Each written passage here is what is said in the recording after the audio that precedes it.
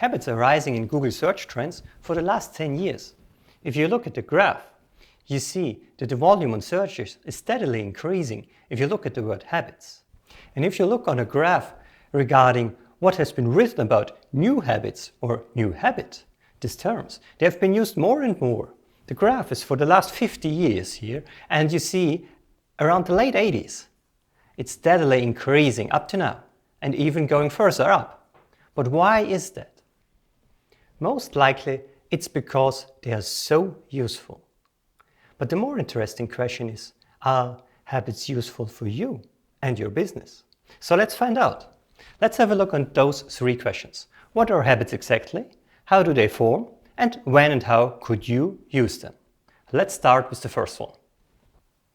If you ask me for a way of defining the word habit, I would say, well, a usual way of behaving.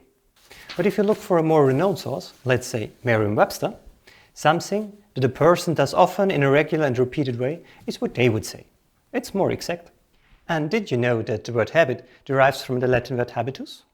Which is interesting because in Latin it was used for the usual way of being. And it has an outward and an inward meaning. The outward part has been the usual way of dressing, so how you show yourself to the outside world. And the inward part has been the way of behaving, both transferred good in today's times. So looking from the outside, from a customer's perspective of view, habits provide consistency. They provide consistency in your services offered. That's perfect because customers know what they can expect from you. When they purchase a service or product, they know it's plannable because they know what and when and how they will get it. They know which quality you usually deliver, and they know in which timeliness you can provide your service because you do it as a habit. It is reliable for them because it is repeatable in the same manner. So it's very attractive and easy to do business for them with you often. Think on Amazon and their delivery.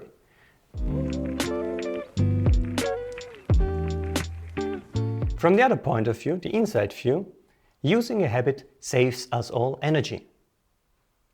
It's quite a bold statement, isn't it? Well, from neuroscience perspective, it's quite logical. Because if you task with something new, with something challenging, with something exciting like building a new product, your prefrontal cortex is at its pure power. And it's very good at solving new stuff, but it's also very energy consuming to use this part of your brain. It uses up a lot of sugar. On the other hand, some parts of your brain which are a bit older are very good at pattern matching and applying solutions you already have learned, which we call habits. For example, good results for known challenges like filing receipts, you've certainly stored for your business. You know how to file your receipts, you know how to apply to which account, which receipt, and those things go by easy. So that's energy efficient for you. And like Charles Duhigg says in his book, The Power of Habit, habits gives us means to use our energy on more important issues.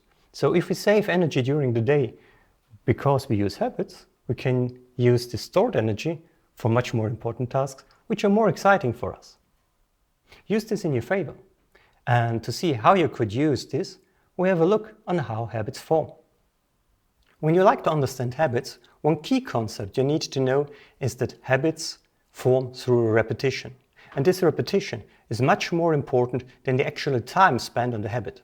So for example, if you say, oh, I'm doing a habit for a long period of time, like 3 months, it might be not as effective as saying, hey, I've already done this habit for a month, but I repeated it every day multiple times. A French philosopher, Henri Bergson, wrote already in the 19th century, 1911 to be exactly, that there are two kinds of habits, both form through a repetition. There are passive habits and there are active habits. Passive habits, on the one hand, are those habits which form because we're exposed to the same situation over and over again. For example, if you have a daily commute and you go to the subway or to the tram and you place yourself on the seat, maybe you take out a book and start reading, and probably you're doing the same thing over and over and over again whenever you enter a tram or subway for the commute to work. On the other hand, active habits are those habits we are looking for to build up because they show to the outside world what kind of business people we are. Because For example, if you lack consistency in writing a kudos cards to all your workshop participants when the workshop has finished, it's great if you already built up that habit. A second concept which is important to understand habits is that they form a kind of cycle. And James Clear, the author of the book Atomic Habits, uses a 4-stage model to explain habits, how they work. First, there is a kind of cue, a situation you use to start a habit or a situation you see which lets you start a habit. There's a kind of craving, an underlying motivation to act on this situation. And there's the response. You start doing something. You start with your habit. And there is an immediate reward, because that's why you repeat this habit over and over again when the same situation arises. There's something which needs to be rewarding. Let's look at an example. So we need a cue. The cue is you start your day and go to work. It's something you do by your own, it's morning and you walk there. Well, the craving is, on this way there, you've done it so often. It would be nice to have some new ideas, some inspiration, maybe some entertainment. And it's an active habit, so you've chosen, well, you could use a headset and choose a podcast, a TED Talk, or an audiobook, which gives you all those 3 things. So you put it on, you walk there, and you actually get them all. You get entertainment on your way, you already get some new ideas, inspiration, and the way goes by very quick. So that's rewarding. And for me personally, there's a second reward as well, because I can tell Conny about all those new ideas, which gives me this additional joy. Time to get to work. Headphones. Smartphone.